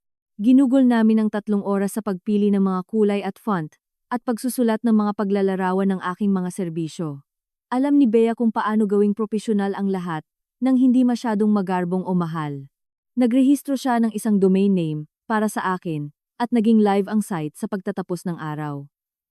Binayaran ko siya para sa kanyang oras, pero sabi niya, friend discount iyon at ilibre ko na lang siya ng hapunan minsan. Naging live ang website noong Lunes at pagsapit ng Biyernes, mayroon na akong 2 katanungan sa pamamagitan ng contact form.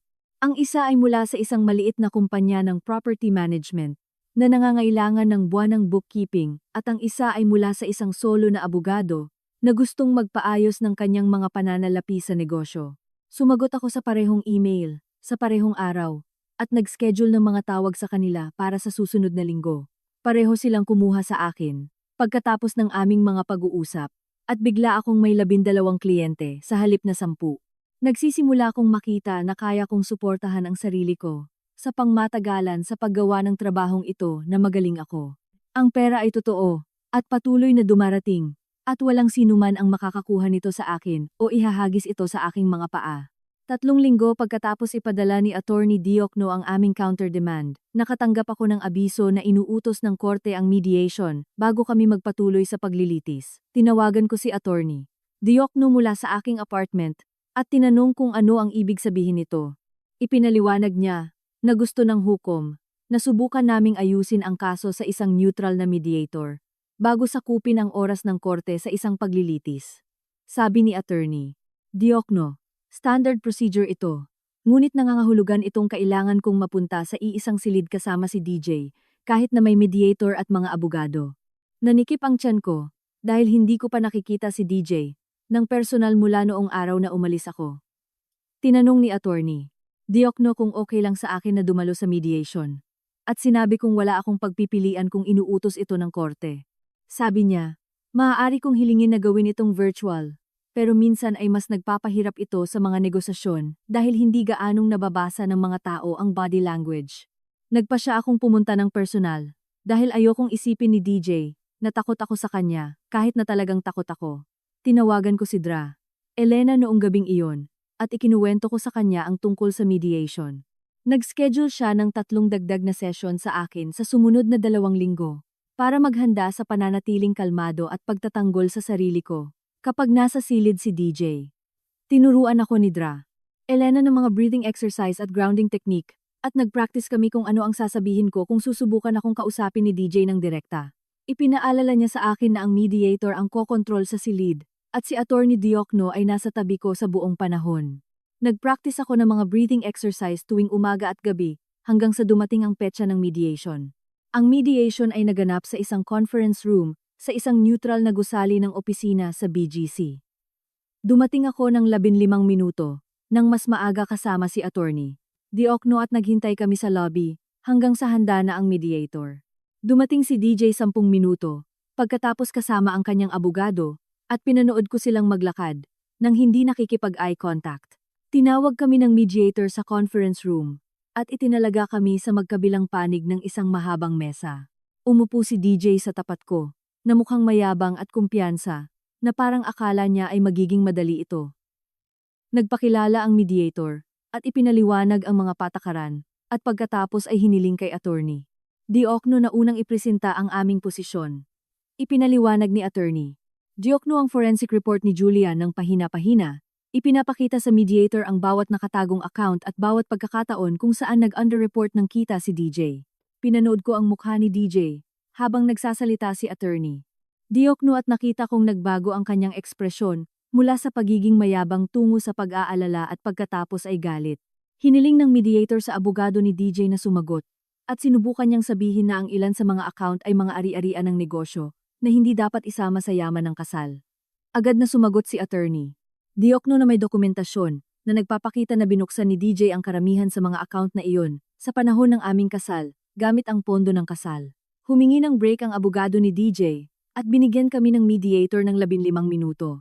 Pumunta kami ni attorney Diokno sa isang mas maliit na silid sa pasilyo at sinabi niyang maganda ang takbo nito dahil napagtatanto ni DJ na hindi niya kayang gamitin ang kanyang karisma o pananakot para makalusot sa ebidensya.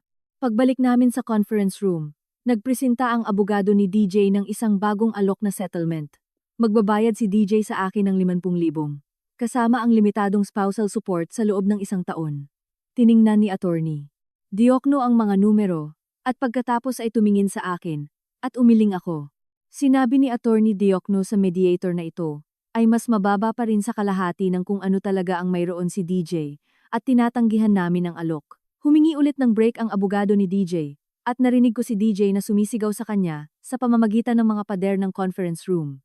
Umalingaw-ngaw ang kanyang boses sa pasilyo, at narinig ko ang mga salitang tulad ng kalokohan at ganid at walang utang na loob. Hinawakan ni attorney Diokno ang braso ko, at sinabing huwag pansinin, dahil nawawalan na ng kontrol si DJ, at nangangahulugan itong mayroon kaming alas.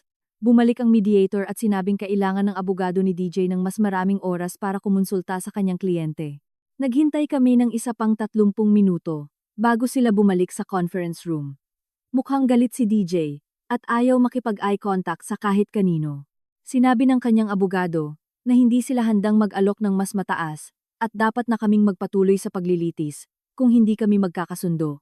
Sinubukan ng mediator na humanap ng gitnang daan, pero sinabi ni attorney Diokno na hindi kami nakikipagnegosasyon laban sa aming sarili. At kailangang gumawa ni DJ ng isang seryosong alok na sumasalamin sa katotohanan. Natapos ang mediation ng walang kasunduan, pagkatapos ng 6 na oras ng pabalik-balik na usapan. Inihatid ako ni attorney Diokno sa kotse ko, at sinabing nangangahulugan itong papunta na kami sa paglilitis. Binalaan niya ako, na ang mga paglilitis ay magastos, at nakakapagod sa emosyonal, ngunit naniniwala siyang mayroon kaming matibay na kaso. Sabi ni attorney Diokno, malamang ay aayusin na ni DJ ang kaso kapag nakita niyang seryoso kami sa pagharap sa isang hukom na susuriin ang lahat ng natuklasan ni Julian sa publiko. Nagmaneho ako pa uwi na pagod at kinakabahan, ngunit kakaibang ipinagmamalaki rin ang sarili ko sa pag-upo sa tapat ni DJ at hindi pag-urong. Tinawagan ko si Elena mula sa kotse ko at ikinuwento ko kung ano ang nangyari. Sabi niya dapat akong maging proud dahil ipinaglaban ko ang aking sarili sa isang sitwasyong idinisenyo para takutin ako at hindi ako sumuko sa ilalim ng pressure. Noong gabing iyon, tiningnan ko ang balanse ng aking business account at nakita kong mas malaki ang kinita ko sa nakaraang buwan kaysa sa anumang buwan mula nang simulan ko ang aking bookkeeping work. Ang aking kita ay patuloy na lumalaki at nasasakop ko ang lahat ng aking mga gastusin nang hindi ginagalaw ang aking mga ipon. Ang kalayaan sa pananalapi na 3 taon kong pinaghirapan, nang lihim ay sa wakas ay nagiging totoo at matatag. 2 linggo, pagkatapos ng bigong mediation, tumawag si attorney Diokno at sinabing nakipag-ugnayan ang abogado ni DJ na may bagong alok na settlement. Nasa desk ako, nagtatrabaho sa monthly reconciliation ng isang kliyente nang dumating ang tawag. Sinabi ni attorney Diokno na nag-aalok na si DJ ng kalahati ng mga dokumentadong ari-arian ng kasal, kasama ang lahat ng nakatagong account na nahanap ni Julian, kasama ang 2 taong spousal support, at babayaran ni DJ ang aking mga bayarin sa abogado. Sabi ni attorney Diokno, mas malapit na ito sa patas, at tinanong kung ano ang gusto kong gawin. Sinabi kong kailangan ko ng oras para mag-isip, at sinabi niyang kunin ko ang lahat ng oras na kailangan ko. Una kong tinawagan si Bea, at ikinuwento ko sa kanya ang tungkol sa alok. Tinanong niya kung ang pagtanggap sa settlement ay nangangahulugang magiging ligtas ako sa pananalapi, at sinabi kong oo. Ang halagang inilarawan ni attorney Diokno ay magbibigay sa akin ng sapat para ganap na maitatag ang aking negosyo at mamuhay ng komportable habang pinalalago ko ang aking mga kliyente. Tinanong ni Bea kung gusto kong ipagpatuloy ang pakikipaglaban kay DJ sa korte o kung gusto kong magpatuloy na sa aking buhay. Wala akong sagot agad. Sunod kong tinawagan si Elena at tinanong niya ako kung ano ang sinasabi ng kutob ko. Sinabi kong gusto ng kutob ko na matapos na ito. Pero galit din ako na hindi haharapin ni DJ ang pampublikong kahihinatnan sa pagtatago ng lahat ng perang iyon. Ipinaalala sa akin ni Elena na ang layunin ko ay kalayaan, hindi paghihiganti, at kailangan kong magpasya kung alin ang mas mahalaga. Ginugol ko ang 2 araw sa pag-iisip tungkol sa alok na settlement. Gumawa ako ng mga listahan ng mga pro at con. Kinwenta ko ang aking inaasahang kita sa negosyo para sa susunod na taon. Inisip ko kung ano ang pakiramdam na tanggapin ang pera, at matapos na ang lahat kay DJ. Inisip ko rin kung ano ang pakiramdam na pumunta sa korte, at panoorin si DJ, na hindi mapakali, habang sinusuri ng isang hukom ang kanyang pandaraya sa publiko. Parehong may apela ang 2 sitwasyon, ngunit isa lang sa kanila ang nagpapahintulot sa aking magpatuloy kaagad.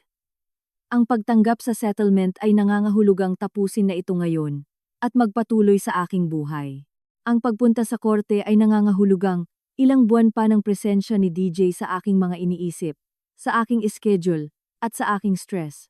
Napagtanto kong mas mahalaga ang aking kalayaan kaysa sa pagpaparusa sa kanya. Tinawagan ko si Attorney Diokno sa 3 araw, at sinabi kong gusto kong tanggapin ang settlement. Sinabi ni Attorney Diokno na aayusin niya ang ilang huling detalye para masigurong lahat ay maayos, at pagkatapos ay pipirmahan na namin ang kasunduan. Naramdaman kong gumaan ang loob ko sa sandaling ginawa ko ang desisyon. Malapit nang matapos ang laban, at aalis akong may sapat na pera para hindi na umasa sa kahit kanino. Tumawag si Attorney Diokno kinabukasan na may counter-offer si DJ. 3 taong spousal support sa halip na 2 at ire-refinance ni DJ ang bahay sa loob ng 90 araw para bilhin ang aking kalahating equity. Umupo ako sa aking lamesa sa kusina habang ipinapaliwanag ni Attorney Diokno na nilinaw ng abogado ni DJ na ito na ang huling alok. Gusto ni DJ na maayos na ito agad dahil habang tumatagal, mas malaki ang tsansang may makarinig sa kanyang mga kasamahan sa negosyo tungkol sa mga nakatagong account at pandarayang natuklasan ni Julian. Tinanong ni Attorney Diokno kung kaya kong tanggapin ang mga tuntuning ito. Sinabi kong oo bago pa man niya matapos ang tanong. Ang dagdag na taon ng suporta ay nangangahulugang mas maraming seguridad habang pinalalago ko ang aking negosyo at ang pagkuha ng aking equity sa cash, sa halip na pilitin ang pagbebenta ng bahay, ay nangangahulugang hindi ko na kailangang harapin ang mga real estate agent at open house at ang pagsasabotahe ni DJ sa proseso. Sinabi ni Attorney Diokno na gagawin na niya ang huling kasunduan sa settlement at ihahanda ito para sa aking pirma sa pagtatapos ng linggo. 5 araw pagkatapos, pumasok ako sa opisina ni Attorney Diokno para pirmahan ang settlement. Iba ang pakiramdam sa conference room sa pagkakataong ito dahil alam kong ito na ang huling hakbang bago ang kalayaan. Nakalatag sa mesa ang kasunduan.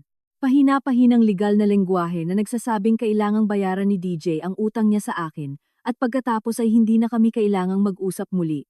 Nanginginig ang mga kamay ko nang kunin ko ang panulat, hindi dahil sa takot o pag-aalinlangan, kundi dahil pipirmahan ko na ang pagtatapos ng 6 na taon ng aking buhay, at papalitan ito ng isang kinabukasang binuo ko mismo. Itinuro ni Attorney Diokno ang bawat linya ng pirma, at pinirmahan ko ang aking pangalan ng paulit-ulit hanggang sa makarating kami sa huling pahina. Kinuha niya ang lahat ng mga kopya, at sinabing susuriin ng hukom ang lahat sa loob ng susunod na ilang linggo. Kapag inaprubahan na ito ng hukom, ang settlement ay magiging legal na, at sa wakas ay malaya na ako. Nagpasalamat ako sa kanya, sa lahat ng ginawa niya, para makarating ako dito. Sabi niya, ako ang gumawa ng mahirap na bahagi, sa pamamagitan ng pag-alis at pagkakaroon ng lakas ng loob, na ipaglaban ang nararapat sa akin. Habang naghihintay sa pag-aproba ng hukom, ibinuhos ko ang sarili ko sa aking bookkeeping business. Mayroon akong nakaschedule na konsultasyon sa isang medical practice, na nangangailangan ng komprehensibong serbisyo sa bookkeeping, hindi lang ang pangunahing buwan ng reconciliations na karaniwan kong hinahawakan. Ang practice ay may 3 doktor, 2 lokasyon, at komplikadong pagsingil na hindi kayang pamahalaan ng kanilang kasalukuyang bookkeeper. Nakipagkita ako sa office manager, at isa sa mga doktor, sa kanilang pangunahing lokasyon. Ipinaliwanag nila ang kanilang mga pangangailangan, at ipinakita ko sa kanila ang aking proseso, nagpapakita ng mga halimbawa ng mga ulat na ginawa ko para sa ibang mga kliyente. Nagtanong ang doktor tungkol sa aking mga rates, at sinabi ko sa kanila ang isang buwan ng retainer na mas mataas kaysa sa anumang na-charge ko dati. Tiningnan ng office manager ang doktor, at tumango siya. Gusto nilang magsimula kaagad. Umalis ako sa pulong na iyon na sinusubukang hindi ngumiti ng malapad dahil ang buwan ng retainer. Nakasasabi lang nilang sinang-ayunan ay mas malaking pera kaysa sa dating ibinibigay sa akin ni DJ para sa isang buong taon ng groceries, gas, damit, at lahat ng iba pa na kailangan ko. Tinawagan ko si Bea mula sa kotse ko at ikinuwento ko sa kanya ang tungkol sa bagong kliyente. Sumigaw siya ng napakalakas na kinailangan kong ilayo ang telepono sa aking tainga. Ang susunod kong sesyon sa therapy kay Dra. Elena ay nakatuon sa pagproseso ng lahat ng komplikadong damdamin na kasama ng pagtanggap sa settlement. Sinabi ko sa kanya na nakakaramdam ako ng ginhawa na malapit nang maging pinal ang diborsyo.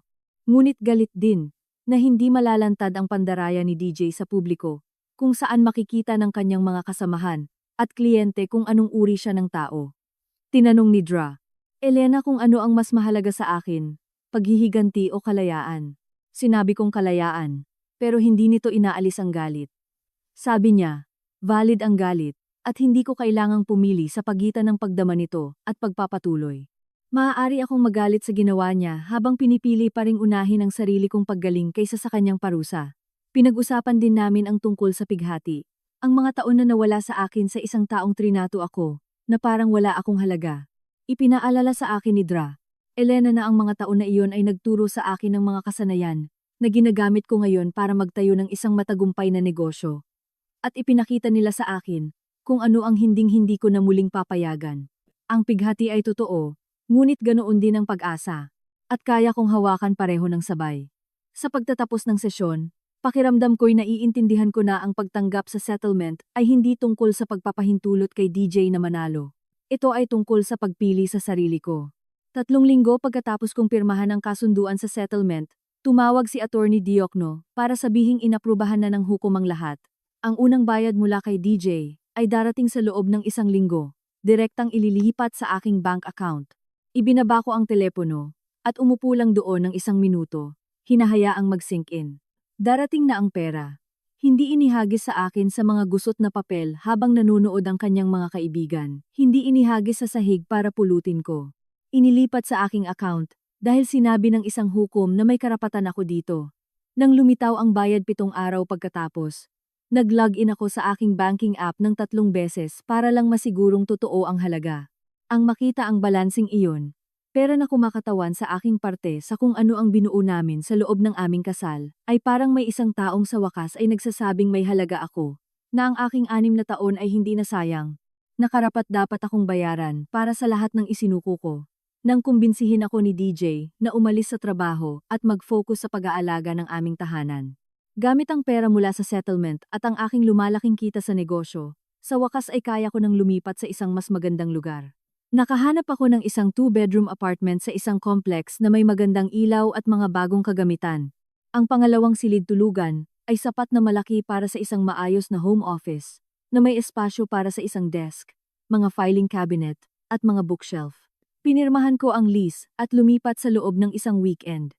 Ang pag-setup ng aking sariling workspace ay nagparamdam sa aking negosyo na opisyal, sa paraang hindi kailanman naramdaman noong nagtatrabaho ako mula sa aking laptop sa lamesa ng kusina.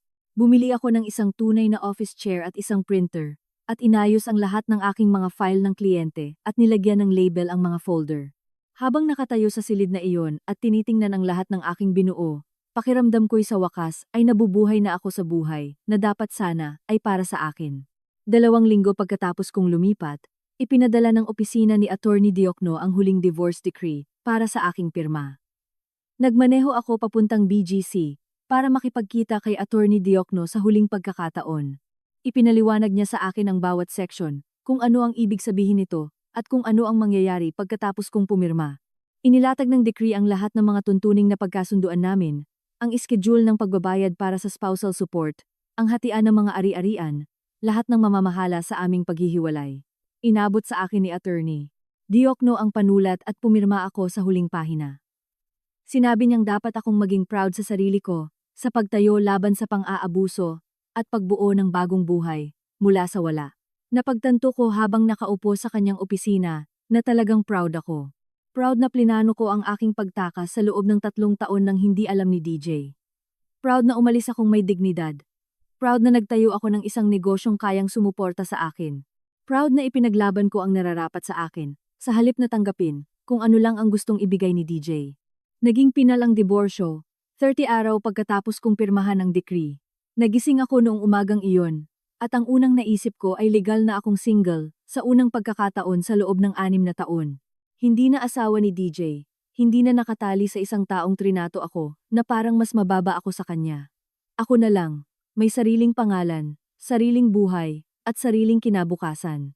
Ang ginhawa ay tumama sa akin ng napakalakas na kinailangan kong umupo sa gilid ng aking kama at huminga lang ng 1 minuto. Nagkape ako, tiningnan ang aking business email, at sumagot sa isang bagong katanungan mula sa kliyente.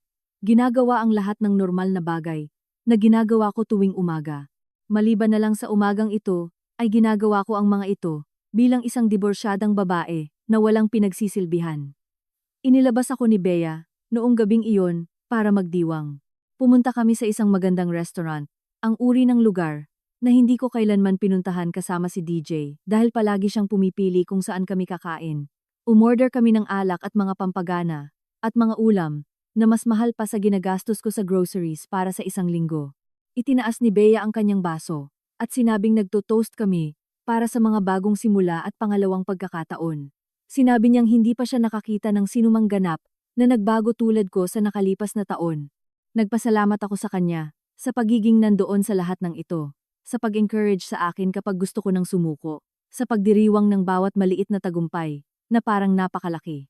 Sabi niya, ang panunood sa akin na magtayo ng aking negosyo at ipaglaban ang aking kalayaan ay nagbigay sa kanya ng inspirasyon na gumawa ng mga pagbabago sa sarili niyang buhay. Nagtagal kami sa restaurant na iyon ng 3 oras na nag-uusap at nagtatawanan, at napagtanto kung ganito pala dapat ang pakiramdam ng pagkakaibigan kapag hindi ito kinokontrol ng isang taong gustong ihiwalay ka.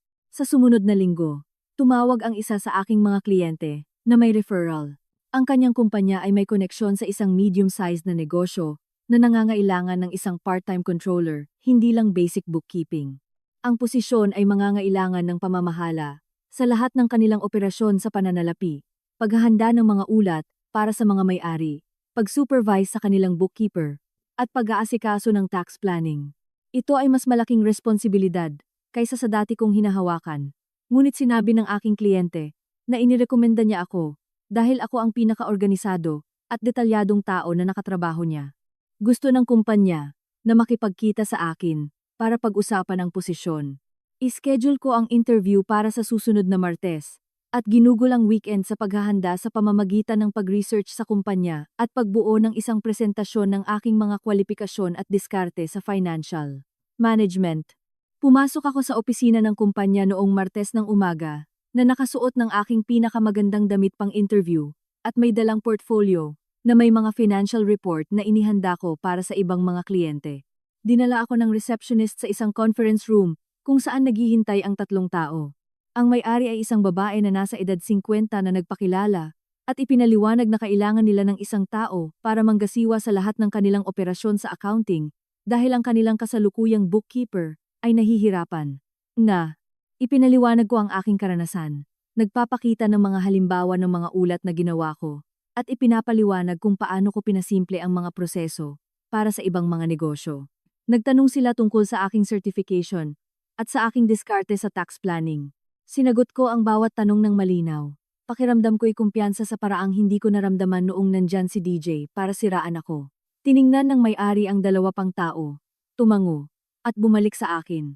Sinabi niyang gusto nilang ialok sa akin ang posisyon simula sa loob ng 2 linggo. At nang sabihin niya sa akin ang suweldo, kinailangan kong ipaulit ito dahil halos doble ito ng inaasahan ko. Ipinaliwanag niya ang benefits package na kasama ang health insurance na may dental at vision coverage, retirement matching, at 3 linggong paid vacation. Lahat ay nasa pangalan ko, mga desisyon ko, seguridad ko na walang sinuman ang makakakuha. Tinanggap ko agad at kinamayan silang 3. Paglabas sa gusaling iyon, pakiramdam ko'y nanalo ako sa isang bagay na ipinaglaban ko sa buong adult life ko. Sa sumunod na linggo, nagpadala ako ng mga email sa apat sa aking mas maliliit na freelance clients na ipinapaliwanag na tumatanggap ako ng isang full-time na posisyon at kailangan kong tapusin ang aming kasunduan. Patuloy akong nagtrabaho sa 3 kliyente na talagang gusto ko dahil interesante ang kanilang mga libro at nirerespeto nila ako. Ang balanse ay perpekto sa pagitan ng pagkakaroon ng matatag na trabaho na may mga benepisyo at pagpapanatili ng entrepreneurial side na nagpapaalala sa akin na kaya kong suportahan ang sarili ko ng buo kung kinakailangan. I-update ko ang aking business website para ipakita na tumatanggap lang ako ng piling mga kliyente at itinaas ang aking mga rates para sa anumang bagong trabaho. 2 araw bago ako magsimula sa trabaho bilang controller, isang sobre ang dumating sa aking apartment na ipinasa mula sa aking lumang lugar. Ang return address ay nagpapakita na galing ito sa kabilang probinsya kung saan nakatira ang mga magulang ni DJ. Maingat kong binuksan ito at nakita ang isang sulat kamay mula kay Tita Carla sa isang floral na stationery. Isinulat niyang iniisip niya ang aming huling pag-uusap at napagtanto niyang hindi niya naintindihan kung ano ang ginawa ni DJ sa akin. Sinabi niyang sana ay maayos ako at nagtatayo ng magandang buhay para sa sarili ko. Maikli ang sulat at hindi nagbigay ng dahilan para kay DJ, na mas nakakagulat sa lahat. 2 beses ko itong binasa at pagkatapos ay inilagay sa isang drawer. Walang planong sumagot, ngunit pinahahalagahan na sa wakas ay kinilala niya ang katotohanan, sa halip na ipagtanggol ang kanyang anak. Noong Sabado na iyon, namili ako sa isang grocery store sa kabilang bayan na sinimulan kong puntahan dahil mas malayo ito sa aking lumang kapitbahayan. Ikinukumpara ko ang mga presyo ng kape nang tumingala ako at nakita ang isa sa mga kaibigan ni DJ na nakatayo 3 talampakan ang layo, nakatitig sa akin. Siya ay isa sa mga madalas sa aming bahay, na tumawa habang pinupulot ko ang pera sa sahig. Binuksan niya ang kanyang bibig na parang may sasabihin. Marahil ay tatanungin kung kumusta ako o sasabihing miss na ako ni DJ o anumang basura na hindi ko kailangang marinig. Tinitigan ko siya nang hindi nagbabago ang aking ekspresyon. Isinara niya ang kanyang bibig, tumango ng 1 beses, at naglakad palayo sa ibang aisle. Bumalik ako sa pagpili ng kape, at napagtanto kong wala na akong pakialam kung ano ang iniisip ng sinuman sa mga kaibigan ni DJ tungkol sa akin. Maaari nilang paniwalaan ang anumang sabihin sa kanila, ni DJ, tungkol sa kung bakit ako umalis. Mayroon na akong sariling buhay, na may mga taong tunay na nirerespeto ako, at ang kanilang mga opinyon ay walang halaga. Ang sesyon ko sa therapy kay Dra. Elena noong Huwebes na iyon ay iba ang pinag-usapan. Sinabi niyang malaki ang progreso ko sa nakaraang taon, at tinanong kung ano ang nararamdaman ko sa trabahong ginagawa namin. Sinabi ko sa kanya na mayroon na akong malusog na mga hangganan, kalayaan sa pananalapi, at mga paraan upang harapin ang pagkabalisa kapag lumilitaw ito. Sumang-ayon siya na naabot ko na ang karamihan sa mga layunin na itinakda namin noong nagsimula kami. Pinag-usapan namin ang pagtatapos ng therapy sa mga susunod na sesyon, sa halip na magpatuloy ng walang katiyakan. Ang ideya na hindi na kailangan ng therapy ay kakaiba, dahil ang mga sesyon na ito ang naging sandigan ko sa panahon ng diborsyo at lahat ng sumunod. Ngunit ipinaliwanag ni Dra. Elena na ang matagumpay na therapy ay nangangahulugang pag-abot sa isang punto kung saan mayroon na akong mga kasangkapan para harapin ang mga bagay-bagay sa sarili ko. Nag-schedule kami ng 3 pang appointment para pag-usapan ang aking mga natitirang layunin at tiyakin na handa na akong pamahalaan ang mga bagay ng walang regular na suporta.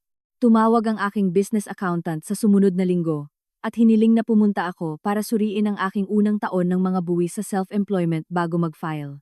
Nagmaneho ako papunta sa kanyang opisina at umupo habang inilalabas niya ang mga spreadsheet na nagpapakita ng bawat pisong kinita ko mula sa aking bookkeeping business. Ipinaliwanag niya ang mga numero, ang mga deduction, at mga tinatayang bayad na kailangan kong gawin quarterly ngayong may trabaho na rin ako bilang controller. Pagkatapos ay ipinakita niya sa akin ang aking kabuang kita mula sa freelance work sa nakalipas na 12 buwan. Ang numero ay nagulat sa akin kaya't hiniling kong ipakita niya kung paano niya ito kinwenta. Inilabas niya ang aking mga invoice at mga natanggap na bayad, inia-add mismo sa harap ko. Mas malaki ang kinita ko mula sa aking bookkeeping business kaysa sa alam kong kinikita ni DJ sa isang taon mula sa kanyang commercial real estate work. Ang perang kinita ko mismo na walang sinumang makakakuha o ihahagis sa akin, na parang dapat akong magpasalamat sa mga tira-tira. Pinirmahan ko ang mga tax form, at nagmaneho pa uwi, na iniisip kung paano ako nakapagtayo ng isang bagay na totoo habang akala ni DJ ay nakaupo lang ako at naghihintay sa kanya. 3 linggo sa aking trabaho bilang controller. Nagrehistro ako para sa isang kumperensya para sa mga profesional sa accounting sa BGC. Ang 2 araw na event ay may mga workshop tungkol sa mga bagong regulasyon sa buwis at mga demonstrasyon ng software at mga sesyon ng networking. Hindi pa ako nakapunta sa ganito dahil kinokontrol ni DJ kung sino ang kinakausap ko at kung gaano ako katagal mananatili kahit saan. Dumating ako sa unang umaga at dumalo sa mga sesyon tungkol sa financial reporting at audit preparation. Sa tanghalian, umupo ako kasama ang 3 iba pang babae na nagpapatakbo ng kanilang sariling mga bookkeeping business at nag-usap kami tungkol sa client management at pricing strategies. Humingi ng business card ko ang isa sa kanila matapos kong ipaliwanag kung paano ko binuo ang aking mga serbisyo. 2 pang tao ang humingi ng mga card sa hapon na sesyon ng networking. Ibinigay ko ang mga ito na may kumpiyansa at kakayahan na parang kabilang ako sa mga profesional na espasyong ito. Sa ikalawang araw, pumunta ako sa mga advanced Excel workshop at isang panel discussion tungkol sa hinaharap ng small business accounting. Kumuha ako ng mga business card mula sa mga taong maaaring maging kliyente o referral sources. Nagtatayo ng isang network na akin sa halip na maging asawa lang ni DJ na dumadalo sa kanyang mga work event at ngumingiti lang. Noong gabing iyon, tumawag si Bea at sinabing dapat kaming magplano ng isang tunay na bakasyon. Ilang taon na akong hindi nakapagbakasyon na hindi ginagampanan ang papel ng perpektong asawa ni DJ sa isang resort na pinili niya. Isang oras kaming tumingin sa mga beach resort online, nagkumpara ng mga presyo at amenities, at nagbasa ng mga review. Nakahanap kami ng isang lugar na may magagandang rating, na hindi masyadong mahal, at nag-book kami ng 1 linggo, 4 na buwan mula ngayon. Binayaran ko ang aking kalahati ng kwarto, nang hindi humihingi ng permiso sa sinuman o nakakaramdam ng guilt sa paggastos ng pera para sa sarili ko. Sinabi ni Bea na ito ang magiging celebration trip ko, para sa lahat ng aking nakamit sa nakaraang taon. Gumawa kami ng mga listahan ng mga bagay na gusto naming gawin at mga restaurant na gusto naming subukan. Pinaplano ang buong linggo nang walang nagsasabi sa amin kung ano ang dapat naming gawin o saan kami dapat pumunta. 4 na buwan pagkatapos, lumipad kami papuntang Palawan at nag-check-in sa resort. Ginugol namin ang unang araw sa beach na nagbabasa ng mga libro at lumalangoy sa dagat. Sa ikalawang araw, umarkila kami ng mga bisikleta at nag-ikot sa tabing dagat. Sa ikatlong araw, nagtatanghalian kami sa isang outdoor cafe, nang itaas ng isang tao sa kabilang mesa ang kanyang kamay para tawagin ang server. Hindi ako natinag. Napansin ko ito agad dahil sa loob ng maraming taon, naninigas ako sa tuwing may biglaang galaw ng kamay ang isang tao, laging inaasahan na may ihahagi sa akin si DJ. Ngunit patuloy lang akong kumain ng aking sandwich, nang walang anumang reaksyon. Noong gabing iyon, namili kami sa bayan, at tumingin ako sa mga alahas at damit, nang hindi kinakalkula ang gastos ng lahat, o naghihintay na may magpagapang sa akin para sa gusto ko. Kumain kami ng hapunan sa isang mamahaling restaurant, at umorder ako ng kung ano ang mukhang masarap sa halip na piliin ang pinakamurang bagay sa menu. Habang pabalik sa resort noong gabing iyon, napagtanto kong nangyari na ang paggaling. Dahan-dahan na hindi ko namalayan na gumagana ito, hanggang sa nakita ko kung gaano ako kaiba mula sa taong dating pumupulot ng pera sa sahig habang nagtatawanan ang mga kaibigan ni DJ. 6 na buwan pagkatapos kong magsimula sa trabaho bilang controller, tinawag ako ng aking boss sa kanyang opisina. Sinabi niyang mas mabilis na lumalaki ang kumpanya kaysa sa inaasahan at kailangan nila ng isang tao na kukuha ng mas malawak na responsibilidad. Inalok niya ako ng promosyon bilang senior controller na may malaking pagtaas ng sahod at pamamahala sa 2 bagong kawani na kanilang kukunin. Sinabi niya sa akin na ako ang pinakadetalyadong profesional sa pananalapi na nakatrabaho niya. Laging nakikita ang mga pagkakamali bago pa maging problema at nakakahanap ng mga paraan upang mapabuti ang kanilang mga proseso. Tinanggap ko ang promotion at nagpasalamat sa kanya para sa pagkakataon. Habang pabalik sa aking desk, naisip ko kung paano ako pinilit ng kontrol ni DJ na bumuo ng eksaktong mga kasanayang ito. Natuto akong subaybayan ang bawat sentimo, mapansin ang mga hindi pagkakapare-pareho, at pamahalaan ang mga komplikadong sitwasyong pinansyal, dahil kailangan kong mabuhay sa kung ano lang ang ibibigay ni DJ. Ang mga kakayahang nagmula sa pagdurusa sa kanyang pang-aabuso ay ngayon ang pundasyon ng aking profesional na tagumpay. At magagalit siya Kung malalaman niyang, ang kanyang kalupitan ang nagpagaling sa akin sa isang bagay na hindi niya kailanman nagawa. 2 buwan akong nag-research ng mga kotse online, nagkumpara ng mga presyo, at nagbasa ng mga review tungkol sa reliability at safety ratings. Gumawa ako ng mga spreadsheet na sumusubaybay sa mga gastos sa maintenance at fuel efficiency dahil gusto kong gawin ang pinakamatalinong pagpipilian gamit ang sarili kong pera. Ang dealership na pinili ko ay maliit at pag-aari ng isang pamilya. Hindi isa sa mga high-pressure na lugar kung saan sinusundan ka ng mga salesperson. Nag-test drive ako ng 3 magkakaibang modelo bago magpasya sa isang silver na sedan na 3 taong gulang, ngunit may mababang mileage at malinis na ulat ng inspeksyon. Ipinaliwanag sa akin ng finance manager ang mga papeles, at nang pirmahan ko ang aking pangalan sa mga dokumento ng pautang, napansin kong hindi nanginginig ang aking kamay. Ito ang aking credit, aking pagpipilian, aking responsibilidad, at walang sino man ang makakakuha nito o ihahagis ang mga susi sa akin na parang dapat akong magpasalamat. Pag-alis sa lot noong hapon na iyon, patuloy kong sinisilip ang sarili ko sa rearview mirror dahil mukha akong iba, mas solido at totoo kaysa sa mga nakaraang taon. Ang kotse ay hindi magara o kahanga-hanga, ngunit akin ito sa paraang walang naging akin sa panahon ng aking kasal kay DJ. Ipinark ko ito sa aking nakatalagang pwesto sa apartment complex at umupo doon ng ilang minuto na tinitingnan lang ito, nararamdaman ang tahimik na kasiyahan na hindi nangangailangan ng pag-apruba o pagpapatunay ng sinuman. 3 linggo pagkatapos, pumasok ako sa opisina ni Dra. Elena para sa aming napagkasundo ang huling regular na sesyon. Hiniling niya sa akin na pag-isipan kung nasaan ako noong nagsimula kami kumpara ngayon, at ikinuwento ko sa kanya ang tungkol sa kotse at sa promosyon, at kung paano ako tumigil sa pag-atras kapag may biglaang galaw ang mga tao. Ngumiti siya, at sinabing kahanga-hanga ang pag-unlad na ipinakita ko, na karamihan sa mga taong umaalis sa mga mapang-abusong sitwasyon, ay mas matagal bago maabot ang antas na ito ng kalayaan at self-awareness. Nagpasalamat ako sa kanya sa pagtulong sa akin, na makita na ang pag-alis kay DJ, ay hindi ang katapusan ng aking kuwento, kundi ang simula ng buhay na dapat kong magkaroon. Ipinaalala niya sa akin, na ako ang gumawa ng tunay na trabaho. Nagbigay lang siya ng mga kasangkapan at gabay, at ang lakas na gamitin ang mga kasangkapang iyon ay nagmula sa loob ko. Pinag-usapan namin kung ano ang dapat bantayan sa mga posibleng pag-atras o mga trigger, at ibinigay niya sa akin ang kanyang card, na may mga tagubili na tumawag kung kailangan ko ng isang tune-up session. Paglabas sa kanyang opisina noong araw na iyon, ay iba ang pakiramdam dahil hindi na ako babalik sa susunod na linggo. Patuloy akong susulong ng mag-isa, gamit ang lahat ng kasanayang tinulungan niyang paunlarin sa akin.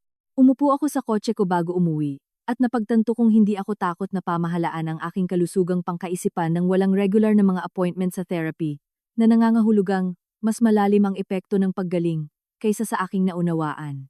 1 taon, pagkatapos ma-finalize ang diborsyo, nakaupo ako sa aking home office sa isang Sabado ng umaga, sinusuri ang mga pananalapi para sa 3 magkakaibang kliyente. Ang araw ay pumapasok sa bintana, nagpapainit sa aking desk, at may kape ako sa paborito kong tasa na binili ko mismo nang hindi humihingi ng permiso o kinakalkula kung kaya ko. Tinapos ko ang pag-reconcile ng mga account para sa medical practice at lumipat sa quarterly taxes ng construction company. At sa kalagitnaan ng pag-update ng kanilang mga kategorya ng gastos, napagtanto kong tunay akong masaya. Hindi nagpapanggap na masaya para sa iba o nagkukunwaring maayos ang lahat, kundi talagang kontento sa buhay na binuo ko mula sa wala. Ang apartment ko ay maliit, ngunit akin ito. Inayos ayon sa gusto ko, nang walang pumupuna sa aking mga pagpipilian. Ang aking negosyo ay patuloy na lumalago, na may mga kliyenteng nirerespeto ang aking trabaho at nagbabayad sa akin ng patas.